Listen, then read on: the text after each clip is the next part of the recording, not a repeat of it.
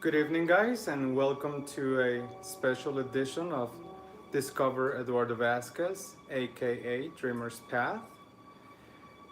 Um, I thought about all day how to begin this live video, and uh, and it was yesterday that I decided not to post my weekend experience here in Denver for Gay Pride.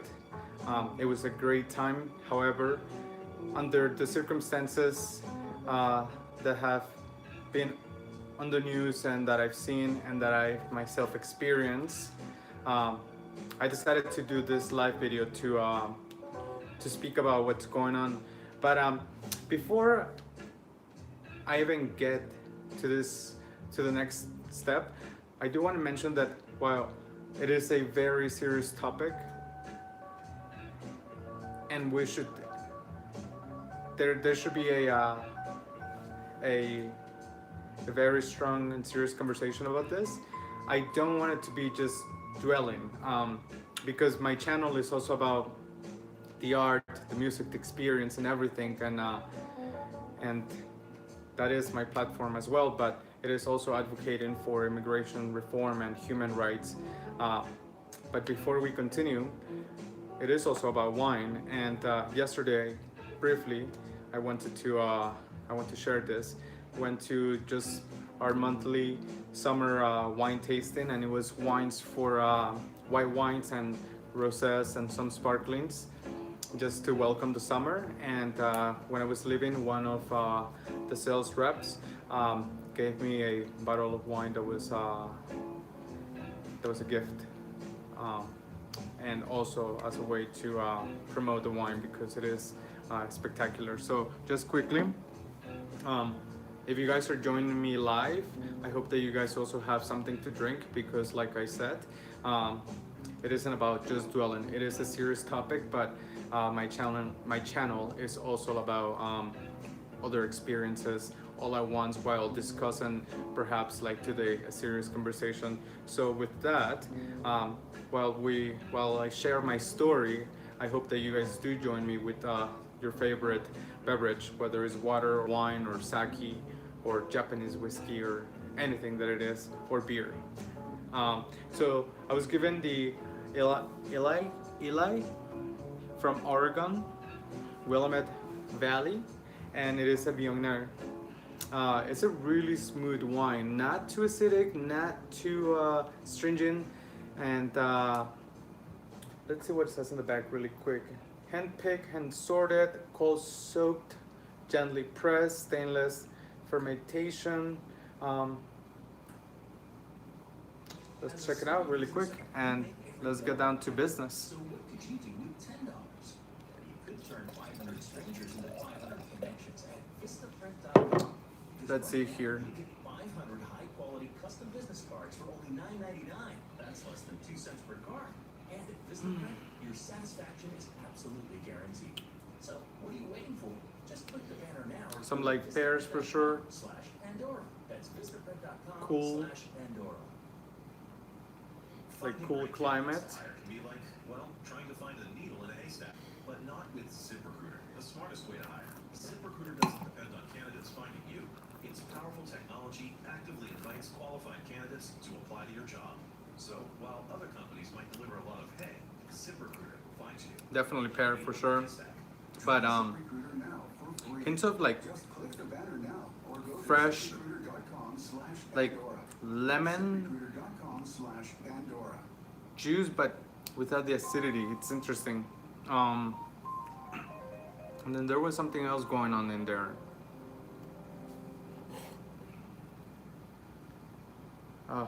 We'll explore as the night or as the next 25 minutes goes. So yeah, what am I going to share with you is my own experience as an undocumented immigrant who immigrated to the U.S.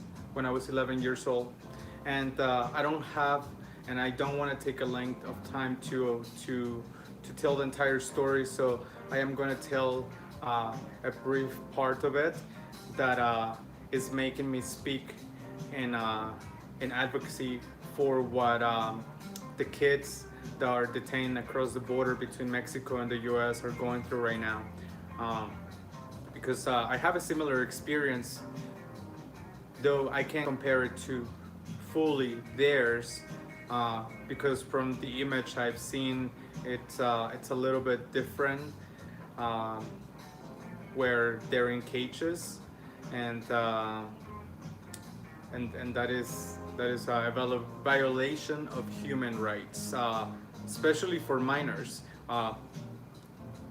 That it truly is a violation of human rights, and that makes me completely upset, because how can we live in the 21st century and go through this? I mean, there should be more humane ways to proceed with the law. I know that we want to secure our borders, we want to improve our immigration laws, and I am not against that.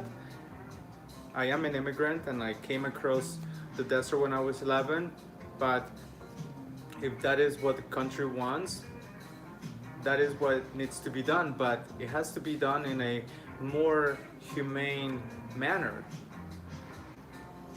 So here it goes. When I was 11, one of my uncles and I ventured with a group of people and the coyotes across the U.S. And right as we had to walk most of the day, most of the night, somewhere maybe like around 3-4 a.m. we got caught by immigration, and we were taken into custody to a facility that it was just huge, the size of from my memory, the size of, like, I don't know, 2 huge football fields, but I was much tinier, so it might have appeared much bigger, but that is how frightened something can also, or intimidating something can look when you're that young. And like I said, I was with my uncle when this happened. Yes, my parents were already in the United States, and yes, they did send for me to come here to join them, because our life in Mexico wasn't about money.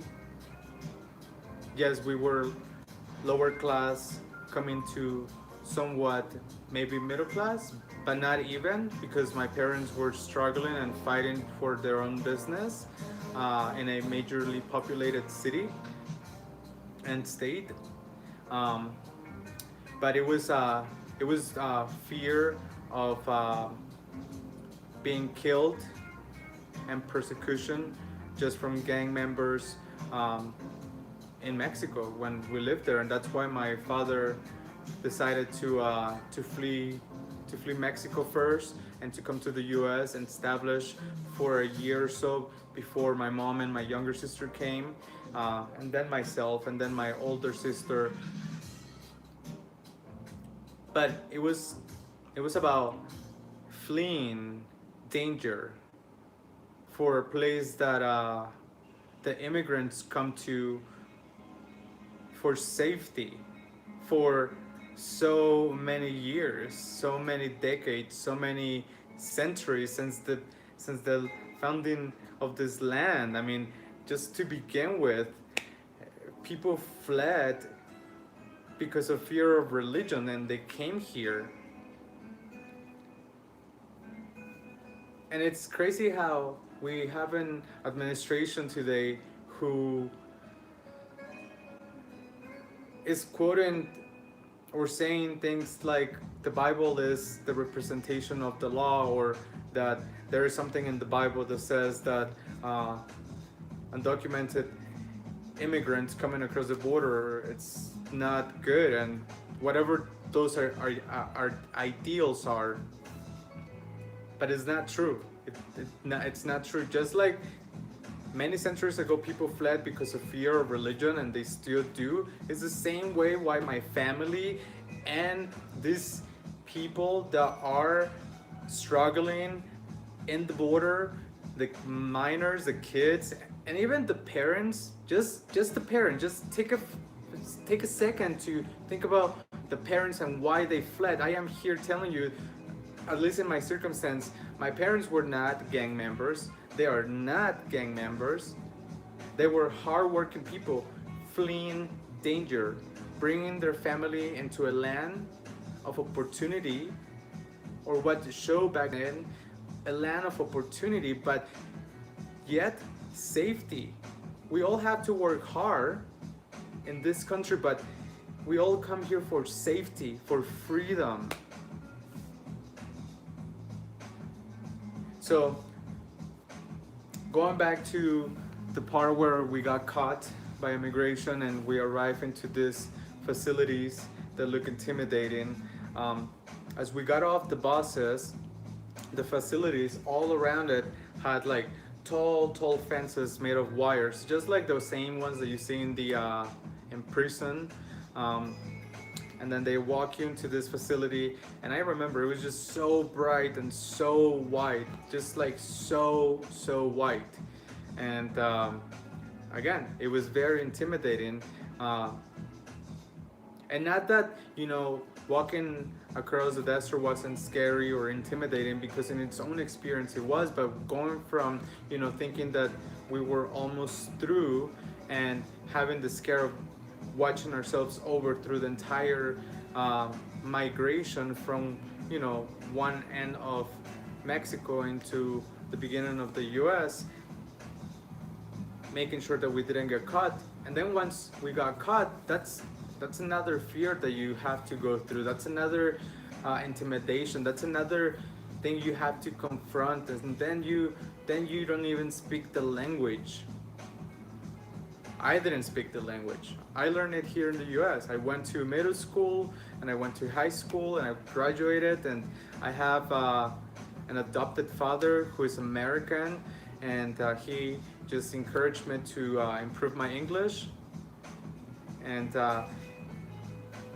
enhance my life to make sure that I came out of the shadows. But I have taken it upon myself to speak and stand up in favor of immigration reform, especially for the dreamers, people like me.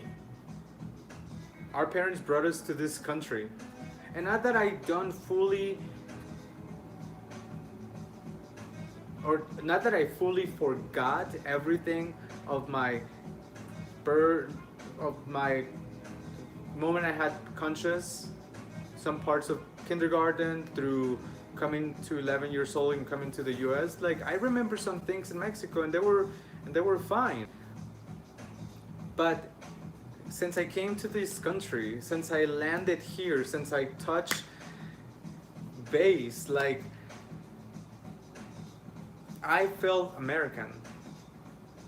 When I was in that journey across the desert, walking across the desert, I was looking forward being reunited with my family, but conquering the dreams that everyone back at home in my home country spoke about the things that one dreams and one wishes to accomplish if they come to this country. And I was looking forward reuniting with my family, my dad, my mom, especially my mom. My mom is an amazing and strong woman. She is one of the strongest women. She has sacrificed so much. She has gone through the hugest struggles in this country just to be able to support her kids. So, a little cheers and a little toast to my mother, because she and like many other moms, whether they're immigrants or born here, but just the struggling mom who has to take care of their kid. Cheers to her. Cheers to her. Cheers to my mother.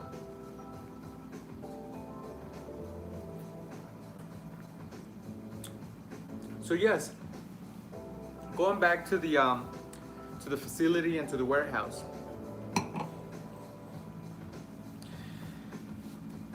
Once we enter, and I mentioned that it was big and just super bright and super white,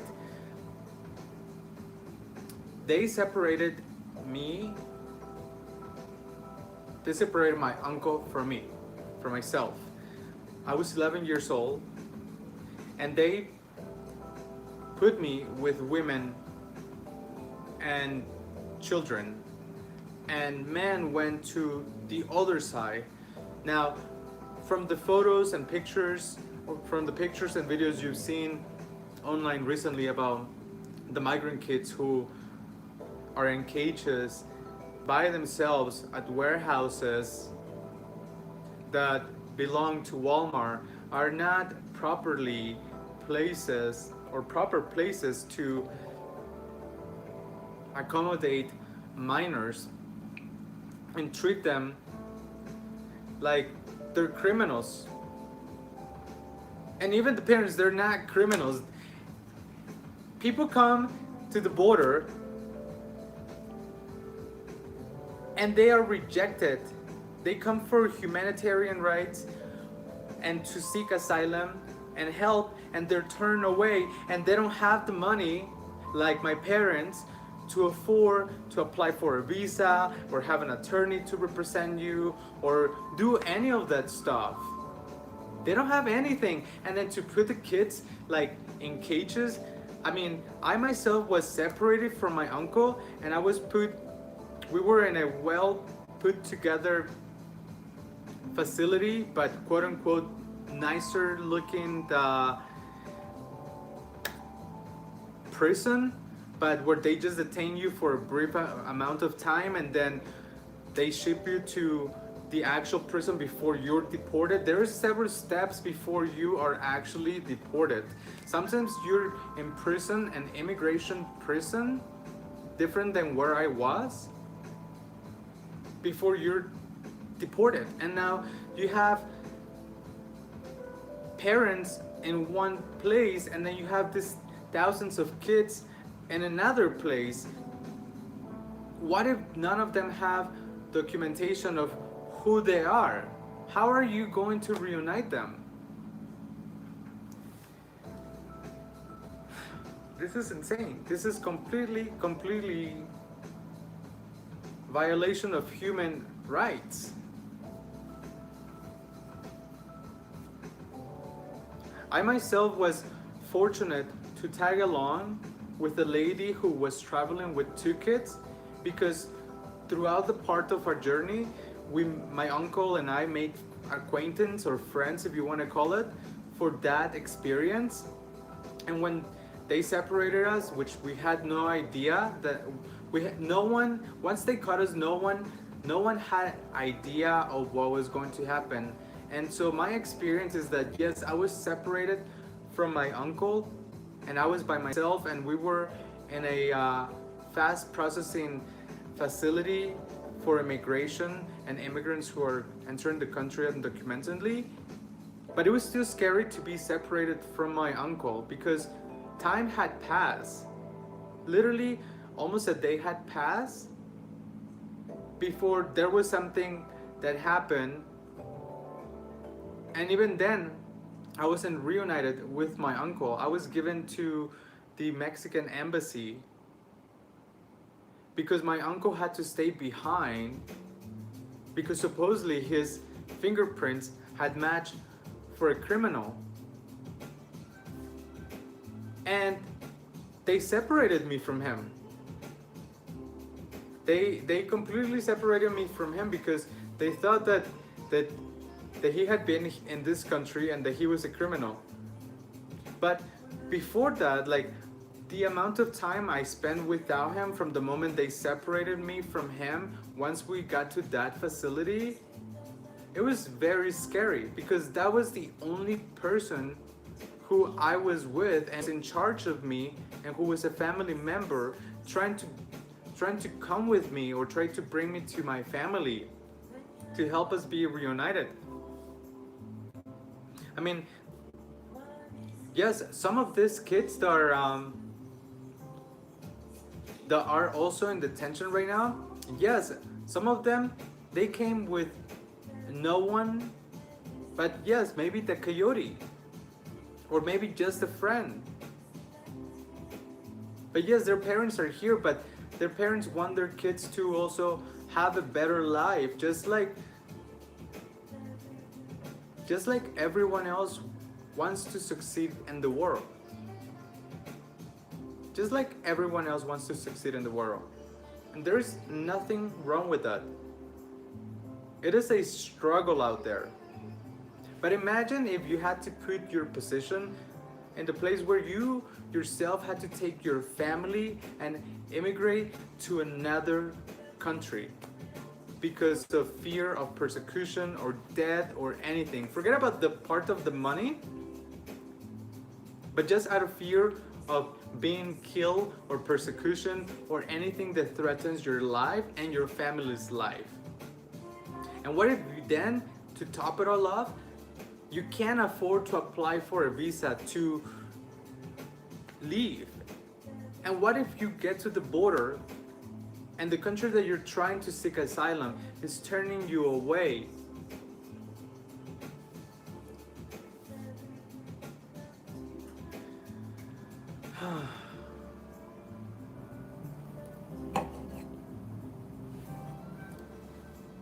That was a very scary experience, and I can just slightly relate to what these kids are going through, because I was not in a cage for an extremely long period of time, but I was definitely separated from the only person that I came with, which was a family member, my uncle. But I just can't even imagine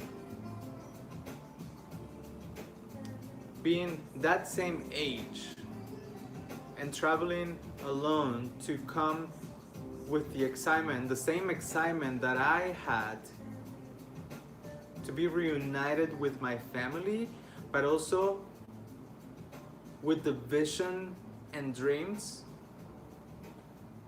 of succeeding and experiencing the American life, the American dream, and seeing the vast amount of beauty and landscape this country has to offer, and the history.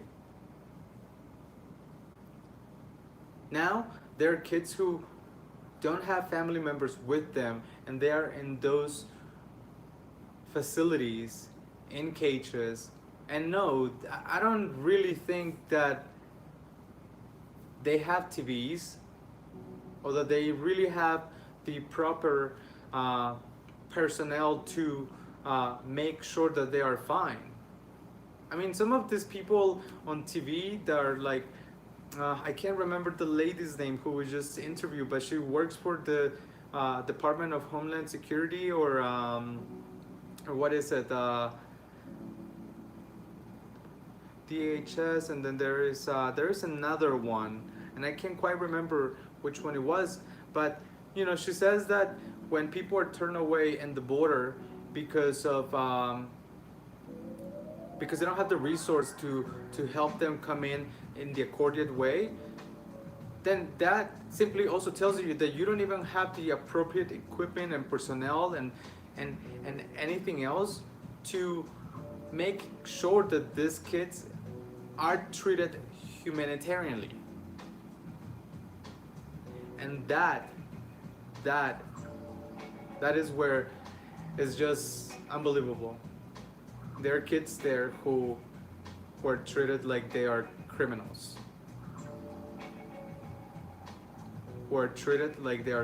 And what I like to know is if their fingerprints photos are being taken, and if they're going to be in the system as criminals. They are not criminals. I am not a criminal. I was brought here to seek safety, freedom, to work in a career, and a future, and I am a dreamer, and I stand for the Dream Act, and I stand for these kids, and I stand for human rights. And they are being broken right now. They're being completely broken. Let me check here how much longer I have, guys, because I don't want to overwhelm it. But I believe that I did share my experience in parts while sipping on some wine and congratulating and not congratulating, but just giving a shout out to the moms out there and to my own mother for being super strong, for being courageous, and in a country where she hasn't always been fully accepted.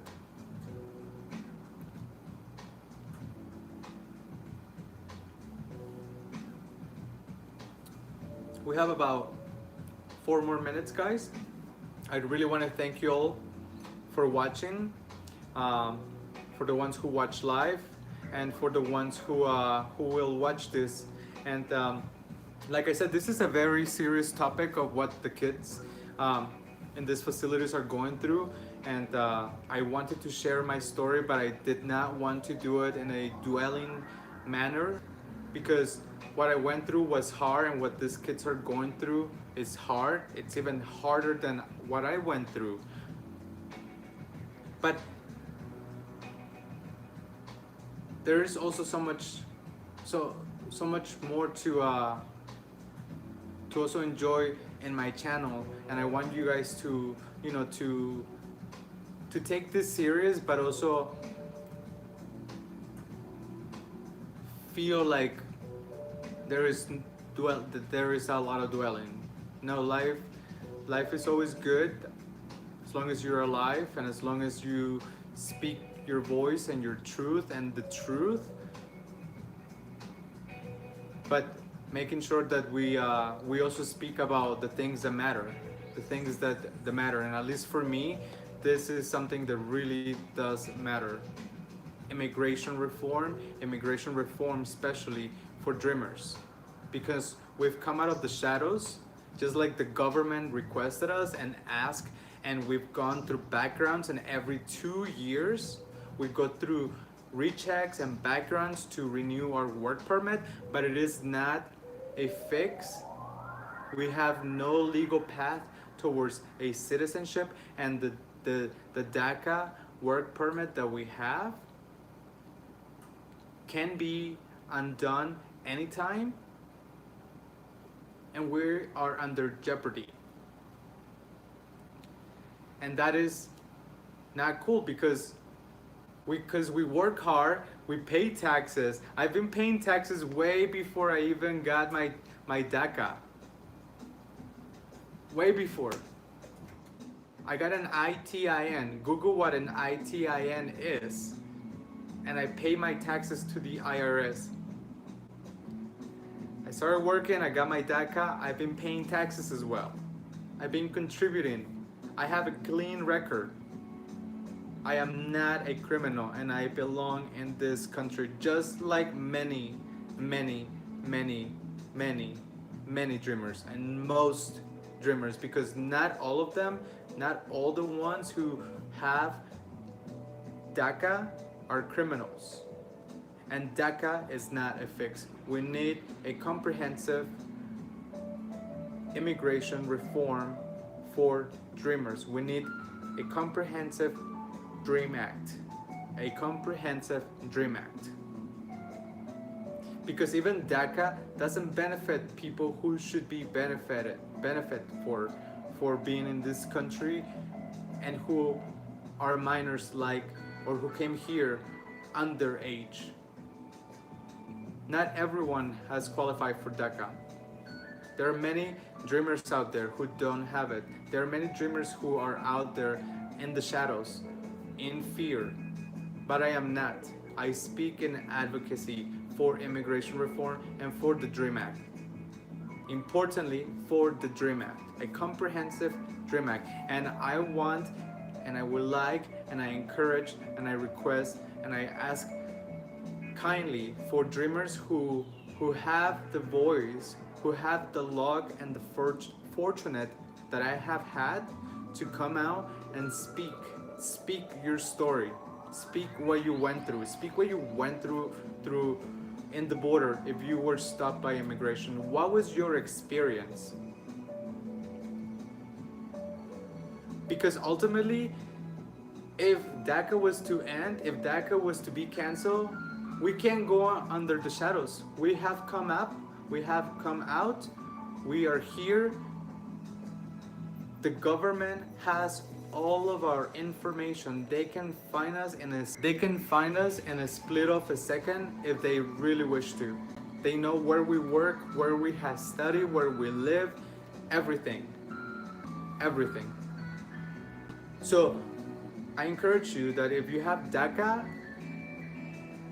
to be strong and to come out and speak your truth and speak your story in favor of these kids, in favor of the kids and infants who are detained, who are treated inhumanely, because it is not cool. I went through a similar experience, not as tough as what they're going through and not treated like criminals, even though I similarly was, but was not detained for that long of an amount of time.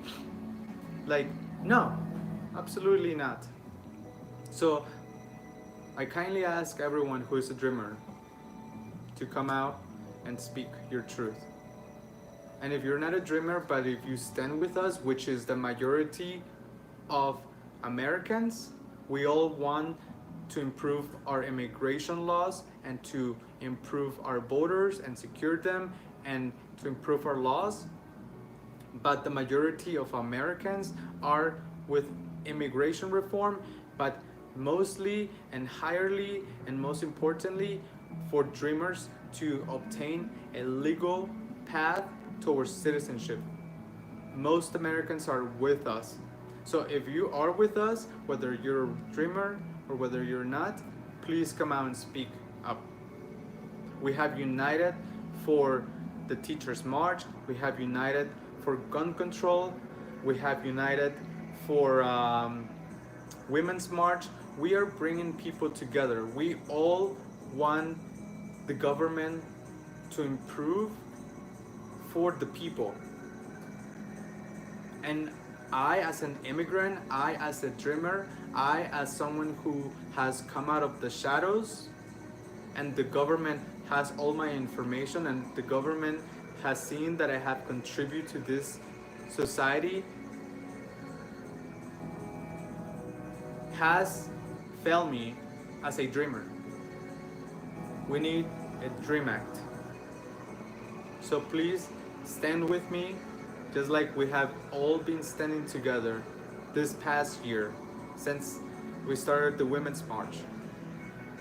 Stand with us. Stand with us, dreamers. And with that, I want to close tonight. And I want to thank you all for taking the time of watching my speech and watching me sip a little bit on wine, but share my story while at the same time speaking about the inhumane way of how these kids are being treated, because it's not humane. And thank you for letting me speak in favor of the Dream Act, because I've been a lucky person. I've been a very fortunate person. I've traveled vastly inside the United States and I have seen so much beauty. So much beauty. I am privileged in that sense. And because I am privileged, I choose to stand up and I choose to come out and I choose to speak my story. And that is the foundation of showing my art, of making these videos, of having my YouTube channel and photographing and showcasing my photography, because of my story and of the story of other immigrants, of other dreamers. Because again, the government already has my information. I have nothing left to lose. They can come get me if they really wanted me to. But until then, I will continue to work hard. I will continue to travel.